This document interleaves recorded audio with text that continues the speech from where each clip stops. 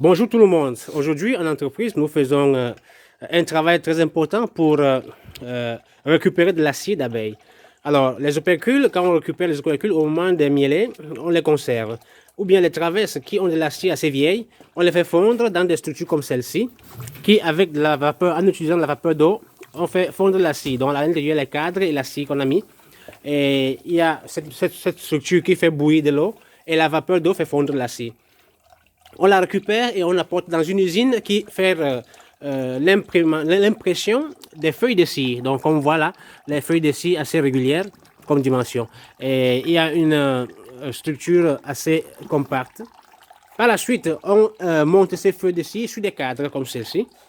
Les cadres avec de l'armature, donc du fil de fer. Et on le remet dans les colonies. Les colonies, les abeilles vont construire, donc prolonger, pour faire une construction de cette entité. À l'intérieur de la partie où vous trouvez assez sombre là, la reine dépose les œufs et ils font le levage des covins. La partie encore transparente, là où ils ont emmagasiné du miel. Par la suite, nous voyons aussi là de grains de pollen assez compacts, déjà un peu transformés avec des enzymes par les abeilles. Pour la nutrition des covins, l'alimentation aussi est bon individuelle des abeilles. Différemment, en printemps, moi je mets des cadres non construits, donc des cadres sans feuilles de scie, et les abeilles eux-mêmes construisent de cette façon. Ça, c'est une construction naturelle, ce qui fait qu'il y a une construction avec une prévalence de cellules à faux boudon, donc les cellules plus grandes, ou bien les cellules à miel, cellules à forme irrégulière.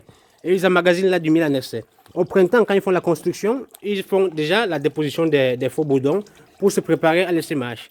Par contre, vers l'automne, ou bien après avoir passé la phase de nécessité d'essaimage, ils emmagasinent assez du miel là. Et du coup, en automne, moi, je prélève ces cadres et je mets de côté pour pouvoir avoir des réserves de miel et à fournir aux abeilles au moment de nécessité.